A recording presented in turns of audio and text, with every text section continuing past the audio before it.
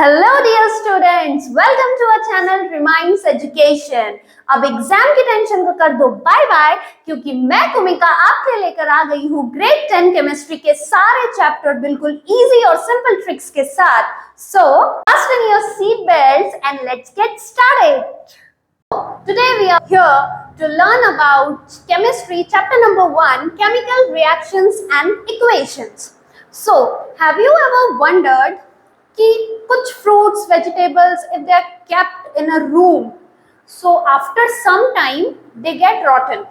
Yes or no? Yes, absolutely yes. So ऐसा क्यों होता है?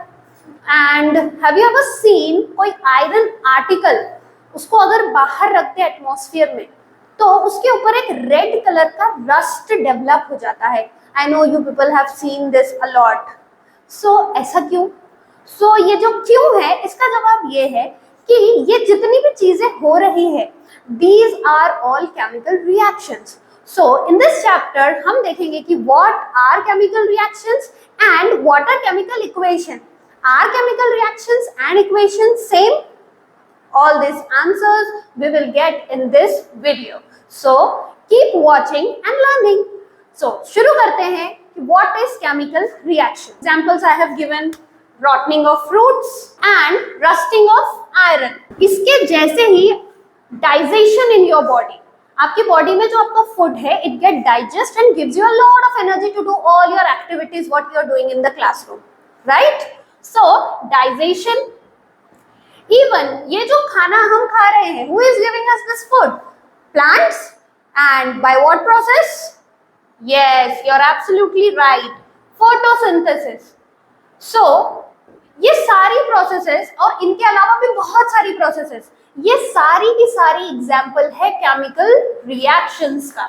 So इनको देखकर अगर आप ऑब्जर्व करें या फिर थोड़ा सा अपना दिमाग लगाए, तो आपको केमिकल रिएक्शन की जो डेफिनेशन है वो अपने आप ही मिल जाएगी कि व्हाट आर केमिकल रिएक्शन।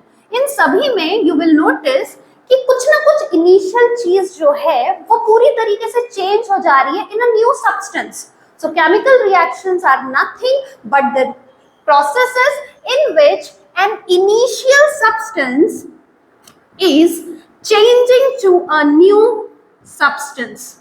और ये जो चेंज होता है, ये एक तरीके से केमिकल चेंज है जो आपने अपने लोअर क्लासेस में बहुत अच्छे से पढ़ा होगा कि व्हाट आर केमिकल चेंजेस। तो chemical reactions are the chemical change in which a initial substance is completely transforming into a new substance. So now we have the definition for chemical reaction, which is on your screen. You can take a screenshot of it and keep it for your notes.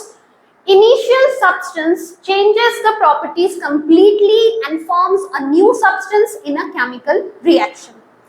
अब हमें पता चल गया कि what are chemical reaction. Now we will see कि हमें पता कैसे चलेगा कि यहाँ पे कोई केमिकल रिएक्शन हुआ है, या जब भी कोई केमिकल रिएक्शन होती है तो कुछ ना कुछ चेंजेस होंगे। हम पढ़ ही रहे हैं कि चेंजेस होंगे, तो कुछ चेंजेस जो होते हैं वो हम देख सकते हैं। These are the visible changes, या फिर कुछ invisible changes also takes place. तो हम पढ़ेंगे कि कौन कौन से चेंजेस होते हैं जब एक केमिकल रिएक्शन होती है। With examples, all this thing will be completed with examples so that you can write your answers properly and get extra marks for your examples. So we will see what are the changes occurring in a chemical reaction. So first change जो है वो होगा change of color, change in color। अब ये जो है, इसको हम एक बहुत ही प्यारा एग्जाम्पल लेते हैं, बहुत ही टेस्टी एग्जाम्पल लेते हैं। You have seen raw mango, इसका कलर होता है ग्रीन, we know it, है ना? और जब ये मैंगो जो है वो राइपन होता है तो इसका कलर क्या हो जाता है? Yes, you are right. Ripen mango होता है yellow in colour and raw mango होता है green in colour. So we can see the change of the colour. This is occurring in ripening of mango. That means ripening of mango is also an example of chemical change.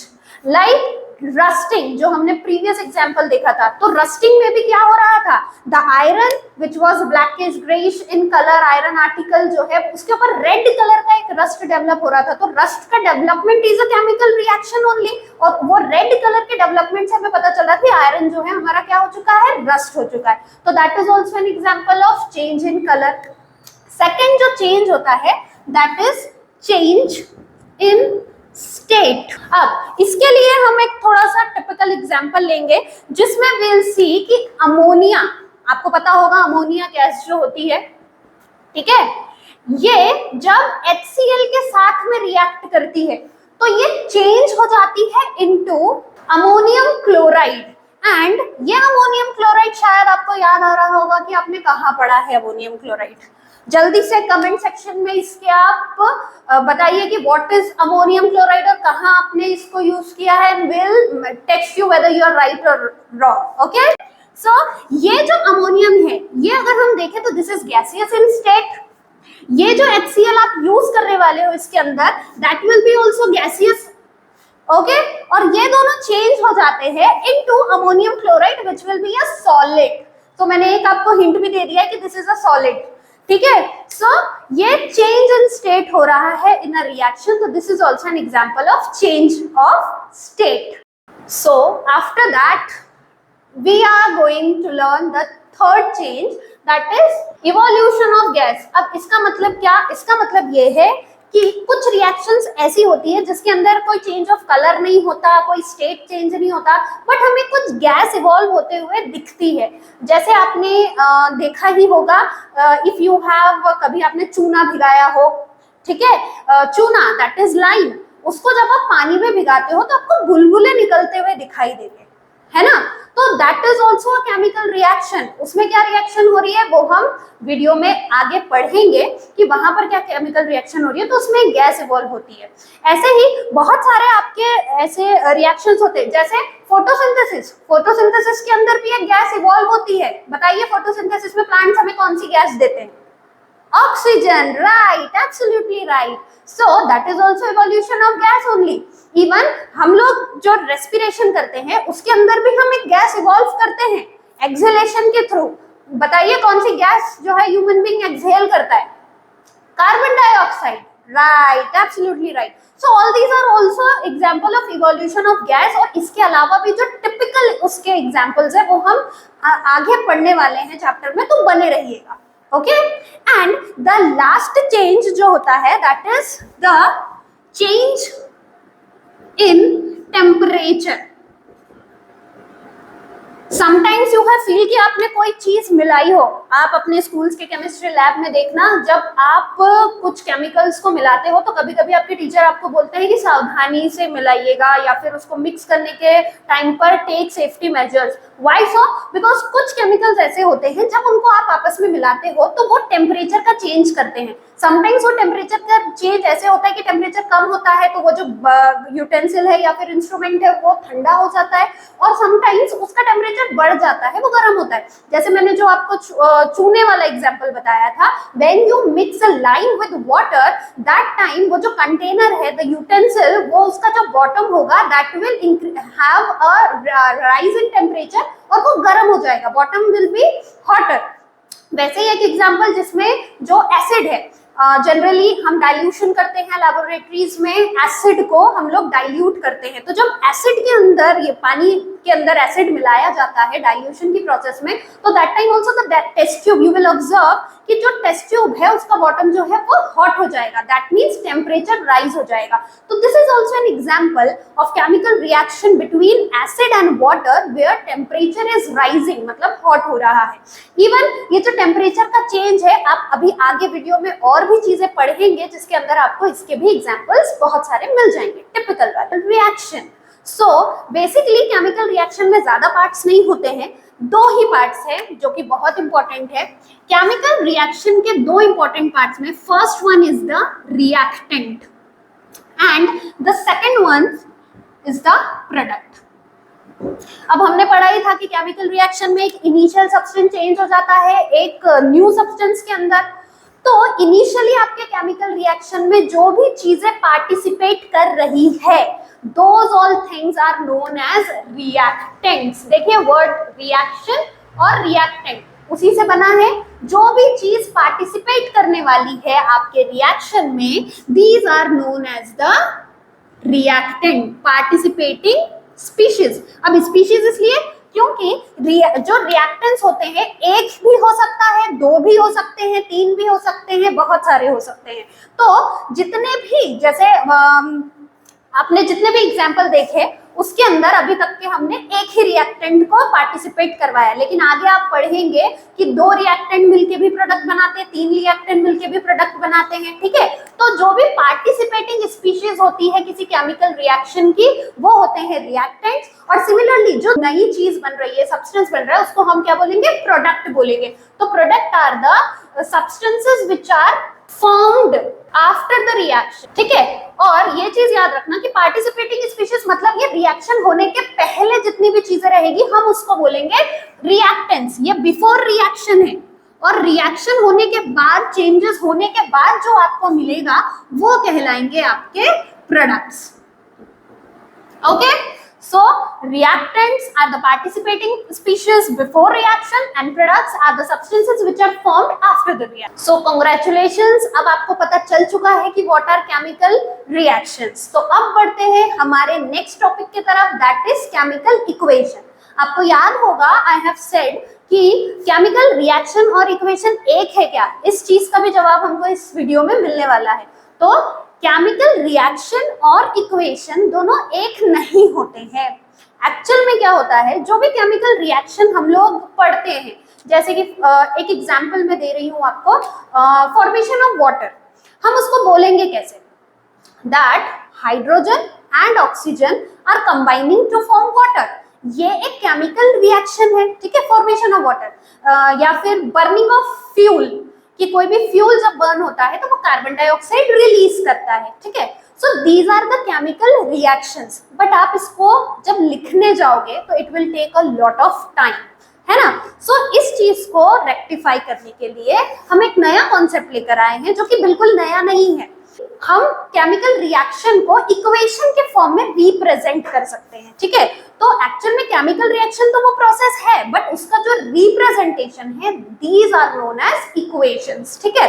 So equations क्या होती है?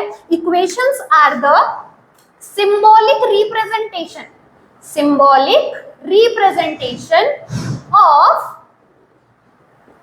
Chemical reaction. अब symbolic representation है, इसके अलावा जो reaction होती है उसमें आपको ये चीज बताई जाती है कि कौन कौन से रिएक्टेंट्स है, कौन कौन से प्रोडक्ट्स है। बट रिएक्शन आपको ये नहीं बताएगी कि कौन सा रिएक्टेंट कितने अमाउंट में है। और ये जो इंफॉर्मेशन है वो आपको कौन देगा?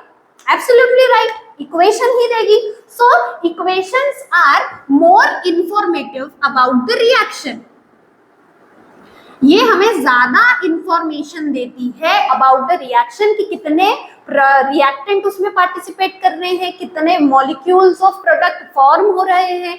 तो इक्वेशन जो है वो एक तरीके से एक इंफॉर्मेशन है अबाउट द रिएक्शन, ठीक है।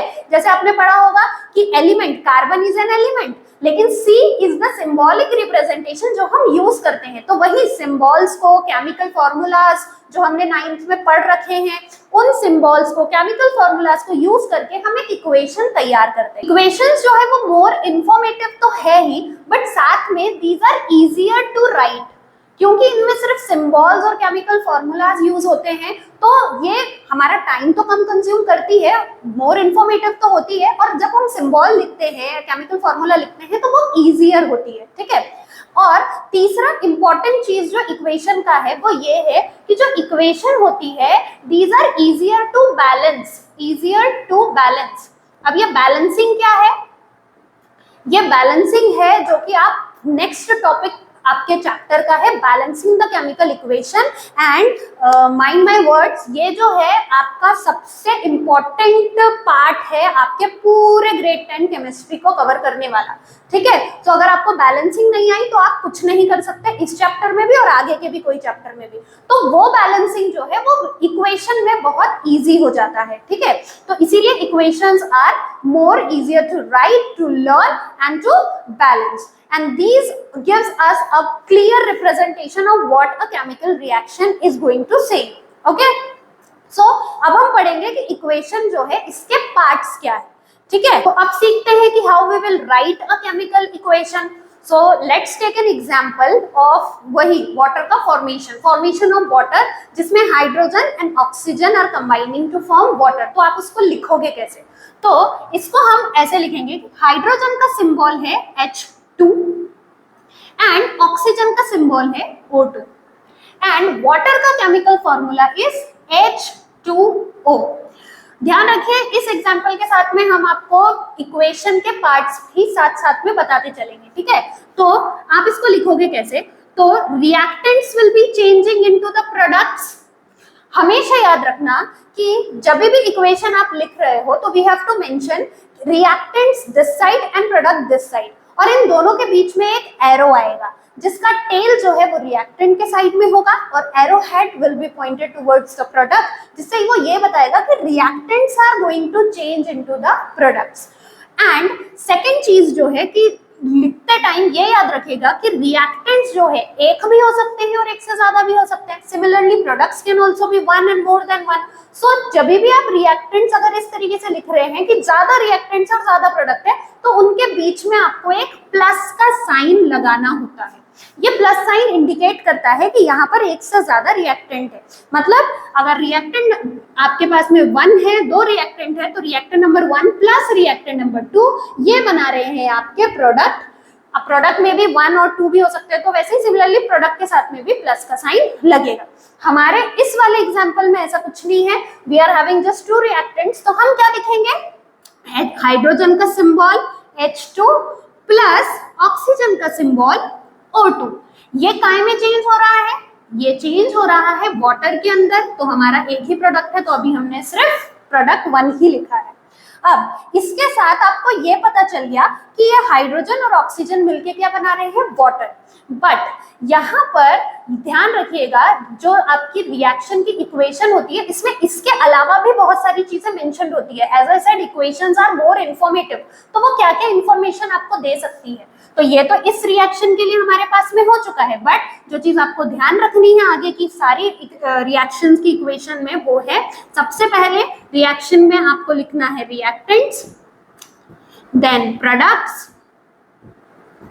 थर्ड इज द डायरेक्शन जो कि हम एक एरो के बताते हैं, fourth are the states. States are also mentioned in the equation, states of the reactants and the products, ठीक है। जैसे कि यहाँ पर जो आपका हाइड्रोजन है वो क्या है?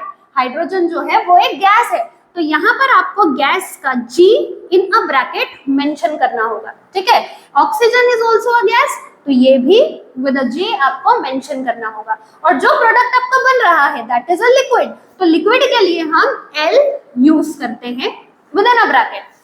एंड इनके अलावा भी आपको 3 स्टेट्स ऑफ मैटर तो पता ही है, तो उनके लिए जो हम यूज करेंगे, गैसेस के लिए G, लिक्विड के लिए L एंड सॉलिड के लिए S। इनके अलावा भी एक और चीज कभी कभी मेंशन होती है, you may notice in upcoming equations, एक और स्टेट होता है दैट इज AQ। ये AQ जो है ये होता है एक्वस स्टेट के लिए। एक्वस स्टेट का मतलब होता है कि यहाँ पर जो रिएक्टेंट है आपका वो पानी में है। दैट मीन्स ये जो एक्वा है, ये जो एक्वस वर्ड है ये एक्वा से आया है, एंड एक्वा मीन्स वाटर। तो इसका मतलब ये है कि आपका जो रिएक्टेंट है वो पानी में डिसॉल्व्ड है या फिर डिसॉल्व्ड फॉर्म में वो रिएक्शन में पार्टिसिपेट कर रहा है, ठीक है। तो ये एक्वस स्टेट का मतलब एक्वा से लिया गया है, that is dissolved in water. Along with this, और एक बहुत इंपॉर्टेंट चीज जो बहुत सारी इक्वेशन में आप नोटिस करेंगे, आर द कैटलिस्ट। अब कैटलिस्ट क्या है? इसके लिए मैं एक छोटा सा एग्जांपल देती हूँ आपको।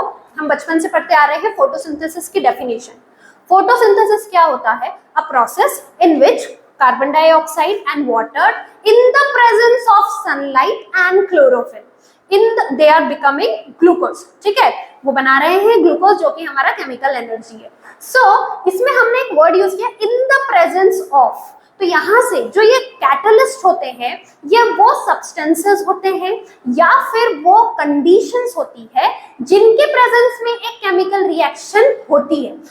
मतलब जो कैटलिस्ट होते हैं ये वो सब्सटेंसेस हो सकते हैं या फिर कोई कंडीशन टेम्परेचर या प्रेशर की जिनके प्रेजेंस में एक chemical reaction will take place, otherwise they won't.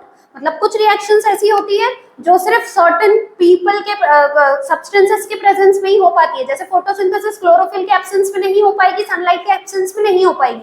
इसके लिए एक और एग्जांपल, आप लोग पढ़ाई करते हैं, जब आप क्लासरूम में टीचर होगा तभी करें, जैसे ही टीचर बाहर जाता है आप लोग पढ़ाई करना छोड़ के बातें करने लग जाते हैं। अब आपकी पढ़ाई आपके लिए इंपॉर्टेंट है, मतलब chemical reaction is also important, लेकिन वो हो किसके प्रेजेंस में रही है? टीचर के प्रेजेंस में। ठीक है, तो ये कैटलिस्ट का काम क्या होता है? कैटलिस्ट का काम वही काम होता है जो टीचर का होता है या मम्मी का होता है। ये जो है ये रिएक्शन को स्टार्ट करते हैं। कैटलिस्ट जो है वो रिएक्शन को स्टार्ट करते हैं या फिर जो रिएक्शन धीरे हो रही होती है उसको वो स्पीड अप करते हैं। तो इनके कैटलिस्ट के दो काम होते हैं, या तो they will start the reaction और they will speed up the reaction. So catalysts are the substances or the condition of temperature and pressure। कोई रिएक्शन हाई टेम्परेचर पे होती है, कोई रिएक्शन लो टेम्परेचर पे होती है, कोई हाई प्रेशर पे, कोई लो प्रेशर पे। तो उन कंडीशंस पे कुछ सब्सटेंसेस के प्रेजेंस में ये रिएक्शन स्टार्ट होगी या फिर स्पीड अप होगी, इनके बिना वो नहीं होती। और ऐसी हर रिएक्शन नहीं होती जिनको कैटलिस्ट लगते हैं, कुछ रिएक्शंस ही होती हैं जिनको कैटलिस्ट लगते हैं। और ये कैटलिस्ट हम मेंशन कहाँ पे करते हैं? तो ऑलवेज रिमेंबर जो डायरेक्शन होता है इसके ऊपर ही। आपने देखा होगा फोटोसिंथेसिस की रिएक्शन में हमेशा क्लोरोफिल और सनलाइट जो है वो एरो के ऊपर और नीचे मेंशन किए जाते हैं। तो जो कैटलिस्ट होते हैं these are also mentioned on the direction. ठीक है, कि ये कैटलिस्ट की प्रेजेंस में ये रिएक्शन हो रही है, रिटन। तो उसके लिए हम एग्जांपल लेते हैं फोटोसिंथेसिस का। तो फोटोसिंथेसिस में रिएक्टेंट क्या होंगे, प्रोडक्ट क्या होंगे, ये हमें पता ही है। फोटोसिंथेसिस में carbon dioxide is a reactant and water is a reactant. तो जब हम इसकी इक्वेशन लिखेंगे तो कार्बन डाइऑक्साइड और वाटर के बीच में हम एक प्लस का साइन लिखेंगे, तो इक्वेशन के रिएक्टेंट्स इस तरफ लिखे जाएंगे। देन ये रिएक्टेंट्स चेंज होंगे into the products which are glucose and oxygen. तो ग्लूकोज का फॉर्मूला भी 9th में हमने पढ़ा ही है, C6H12O6। एंड ऑक्सीजन का फॉर्मूला तो हमें पता ही है, ऑक्सीजन डायटोमिक गैस जो कि हमेशा O2 के फॉर्म में लिखी जाएगी। तो ये हमारी रिएक्शन की इक्वेशन बन गई, carbon dioxide plus water. But इसमें कैटलिस्ट जो थे वो हमेशा मैंने बताया था कि डायरेक्शन के ऊपर लिखे जाते हैं। तो कैटलिस्ट कौन कौन होते हैं फोटोसिंथेसिस में? कैटलिस्ट होते हैं हमारे क्लोरोफिल एंड सनलाइट। तो उनको हम लिखेंगे यहाँ पे कि इन the presence of sunlight and chlorophyll हमें क्या मिल जाएगा? हमें मिल जाएगा ग्लूकोज एंड ऑक्सीजन। बट अब ये तो रिएक्शन की इक्वेशन हो गई, लेकिन इक्वेशन में यहाँ पर मैंने आपको बताया था इक्वेशन आर मोर इंफॉर्मेटिव। तो इसमें ये नहीं पता चल रहा है कि कितने molecules of carbon dioxide are combining with how many molecules of water to give glucose, या फिर कितने मॉलिक्यूल्स इसमें ऑक्सीजन बन रहा है। तो इक्वेशन का हमारा नेक्स्ट टॉपिक यही आता है, यहीं से शुरू होता है। दैट इज कि इक्वेशन दो तरीके की होती है। ये जो अभी हमने लिखी है इस इक्वेशन में सिर्फ हमें पता चल रहा है कि what are the reactants and what are the products. तो इस टाइप की जो इक्वेशन आप लिखोगे ये कहलाती है स्केलेटल इक्वेशन। स्केलेटन की तरह, मतलब ये एक सिर्फ इक्वेशन का ढांचा है। ठीक है, this are the skeletal equation जिसके अंदर only the reactants and products are mentioned. So इस स्केलेटल इक्वेशन को हमें बैलेंस करना जरूरी होता है। तो जो सेकंड टाइप ऑफ इक्वेशन अभी जो हम हमारा नेक्स्ट टॉपिक पढ़ने जा रहे हैं दैट इज बैलेंस्ड इक्वेशन। तो बैलेंस्ड इक्वेशन क्या होती है? बैलेंस्ड इक्वेशन और कुछ नहीं होती, these are the exact equation जो सबसे ज्यादा इंफॉर्मेटिव होती है, जिसके अंदर हमें ये पता चलता है कि कितने एटम्स, कितने मॉलिक्यूल्स रिएक्टेंट के, कितने एटम्स, कितने मॉलिक्यूल्स प्रोडक्ट के एक रिएक्शन के अंदर है। तो इसी इक्वेशन को हमें बैलेंस करना होता है। बट सबसे पहले ये देखते हैं कि बैलेंस अगर करना है तो क्यों करना है, why we are balancing an equation. हमें तो इक्वेशन, स्केलेटल इक्वेशन ही बता दे रही है कि रिएक्शन कैसी हो रही है, तो why there is a need to balance the equation. तो इसका आंसर आपको मिलेगा ग्रेड 9 के, आपने जो लॉज ऑफ केमिकल कॉम्बिनेशन पढ़े हैं उसमें, आपने उसमें 2 लॉज बहुत इंपॉर्टेंट पढ़े थे। तो उसमें से जो फर्स्ट लॉ था, what was that first law, आप लोग याद कीजिए, रिकॉल कीजिए। The first law was law of conservation of mass. And law of conservation of mass क्या कहता है, जल्दी बताइए इसका स्टेटमेंट क्या था। सोचिए इसका स्टेटमेंट कि a mass can neither be created nor be destroyed in a chemical reaction, है ना। तो वैसे ही बैलेंस्ड इक्वेशन करना इसीलिए जरूरी होता है क्योंकि अगर हम यहाँ पे देखें तो 1 कार्बन है और यहाँ पे 6 कार्बन है, तो रिएक्टेंट और प्रोडक्ट में कार्बन कहाँ से आए बाकी के 5, यहाँ पर ऑक्सीजन 2 है, यहाँ पर 1 है, मतलब टोटल 3 ऑक्सीजन है रिएक्टेंट साइड में, लेकिन प्रोडक्ट साइड में 8 ऑक्सीजन है। तो फिर कहाँ से आएंगे, क्योंकि एक रिएक्शन के अंदर mass can neither be created not be destroyed. So for this reason हमें रिएक्शन को, स्केलेटल जो इक्वेशन होती है उसको बैलेंस करना होता है। So this is the reason why balanced equation are the more important one and we need to balance any equation. ठीक है, इक्वेशन को बैलेंस करना तो जरूरी है, लेकिन कैसे, how will you balance a equation. अगर आपके पास में एक इक्वेशन दी हुई है रिएक्शन की और आपको बोला गया है, जो कि क्वेश्चन बहुत इंपॉर्टेंट है एग्जाम पॉइंट ऑफ व्यू से, एज वी सेड कि सारे क्वेश्चंस इंपॉर्टेंट होते हैं, बैलेंसिंग बहुत इंपॉर्टेंट टॉपिक है। तो इसमें आप कैसे बैलेंस करेंगे, ये बहुत ही डिफिकल्ट है, बट डोंट वरी, जब आप रिमाइंड एजुकेशन के साथ में हो तो कोई भी चीज आपके लिए डिफिकल्ट नहीं होगी। तो मैं आपको कुछ ऐसे बेसिक रूल्स बताऊंगी जिसको यूज करके आपके लिए कोई भी इक्वेशन को बैलेंस करना एकदम इजी हो जाएगा। ठीक है, तो नंबर 1 रूल होगा आपकी इक्वेशन को बैलेंस करने का, सबसे पहले तो हमें उसकी स्केलेटल इक्वेशन लिखनी होती है। तो जब भी आपको बैलेंस का क्वेश्चन आए तो फर्स्ट आपको लिखना है उसकी स्केलेटल इक्वेशन। सेकेंड जो रूल होगा वो ये होगा कि आपके जो रिएक्टेंट और प्रोडक्ट के जो फॉर्मूलाज होते हैं उनके साथ में आपको बिल्कुल भी कोई भी छेड़छाड़ नहीं करनी है, वो एज इट इज वैसे के वैसे ही रहेंगे। थर्ड जो रूल होता है, हमें एक प्रायोरिटी लिस्ट को फॉलो करना होता है कि पहले कौन से एलिमेंट को आपको बैलेंस करना है, क्योंकि हम लोग एक एलिमेंट को बैलेंस करते हैं दूसरा अनबैलेंस हो जाता है तो ये बहुत टीडियस जॉब हो जाता है। तो इसीलिए हम लोगों को एक प्रायोरिटी लिस्ट को फॉलो करना होता है, जिससे आप पहले कौन से एलिमेंट को बैलेंस करेंगे वो आपको पता चल जाता है। तो वो प्रायोरिटी लिस्ट जो है वो कुछ ऐसी है कि सबसे पहले आपको बैलेंस करना होता है पॉली एटॉमिक आयंस को। अब मुझे बताने की आई थिंक जरूरत नहीं है पॉली एटॉमिक आयंस क्या होते हैं, पर ग्रुप ऑफ एटम्स होते हैं जिनके ऊपर कुछ चार्ज होता है। और आप देखेंगे बहुत सारी इक्वेशंस में ऐसे आयंस होते हैं जैसे कि सल्फेट, फॉस्फेट, हाइड्रोक्साइड, ये सब आपके पॉलीएटॉमिक आयन है। तो अगर पॉलीएटॉमिक आयन आपके इक्वेशन में है तो पहले उनको बैलेंस किया जाता है रिएक्टेंट और प्रोडक्ट साइड में। और ये भी ध्यान रखते हैं कि वो जो पॉलीएटॉमिक आयन है वो रिएक्टेंट और प्रोडक्ट दोनों साइड पे होने चाहिए। अगर एक ही साइड पर पॉलीएटॉमिक आयन है तो उसको हम as a individual element consider करते हैं। सेकेंड जो प्रायोरिटी होती है वो दी जाती है मेटल्स को।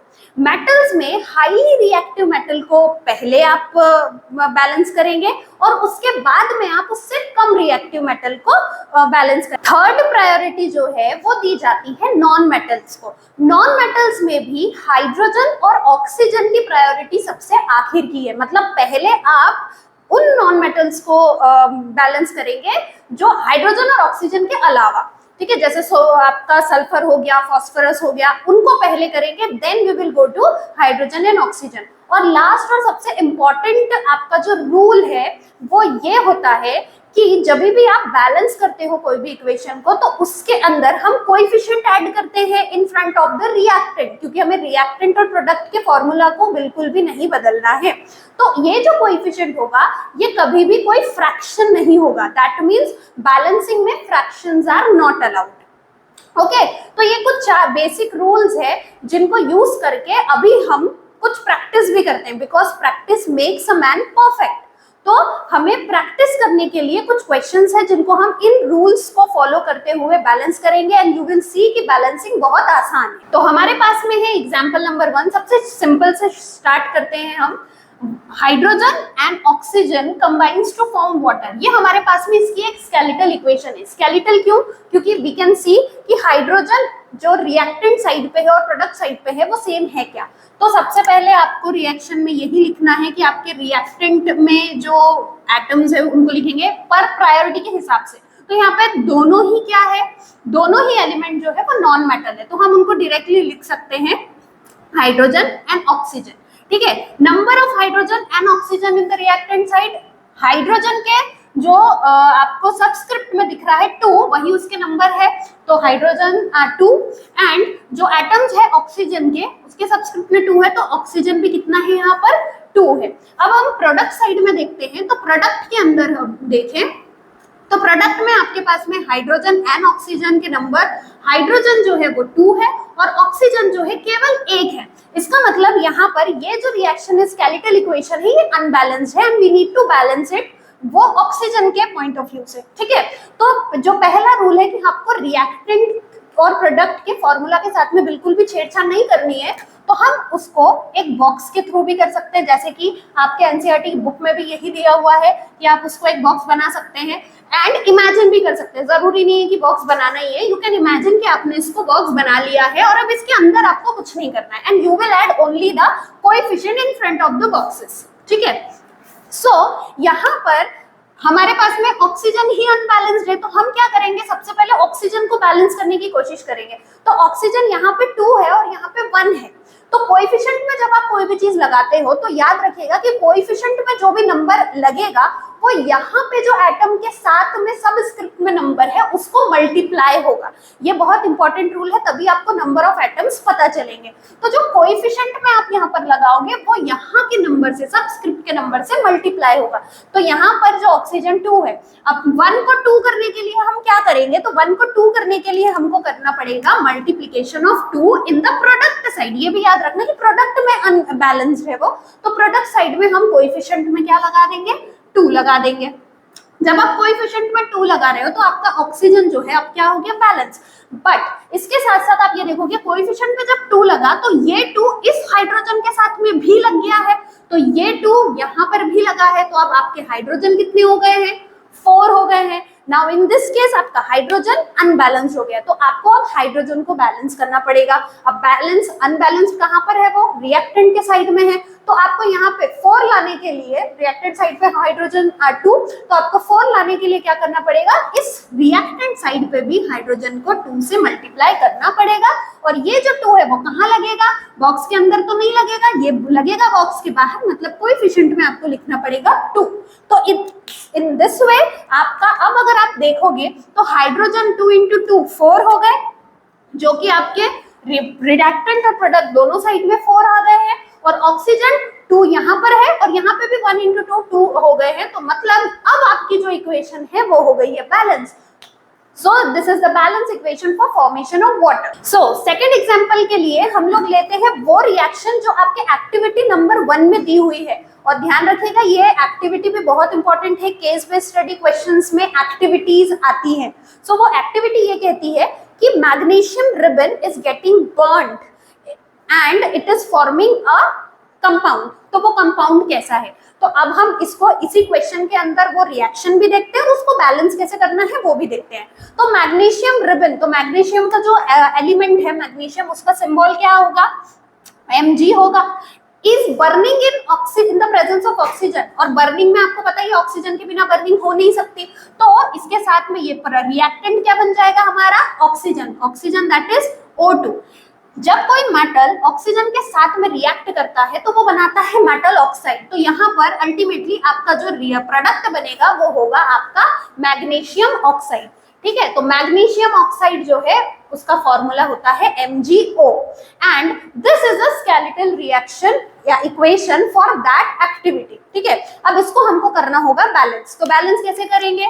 In this case, in this equation, यहाँ पे एलिमेंट्स जो है एक मेटल है और दूसरा नॉन मेटल है, तो हमें प्रायोरिटी के हिसाब से ही चलना है। सबसे पहले हम रूल नंबर 1 करते हैं कि रिएक्टेंट और प्रोडक्ट जो है उनको हमको कुछ नहीं करना है, हमने इनको सिक्योर कर दिया, we will add just the coefficient. Second, हम लोग देखते हैं कि हमारे रिएक्टेंट और प्रोडक्ट में कितने एटम्स है एलिमेंट्स के।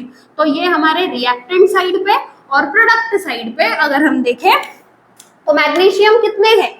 मैग्नीशियम पहला हम लोग एलिमेंट ले रहे हैं because magnesium is a metal, और सेकंड प्रायोरिटी हम देंगे ऑक्सीजन को because it is a non metal. ठीक है, सो मैग्नीशियम कितने हैं यहाँ पे? Magnesium is 1 and oxygen 2।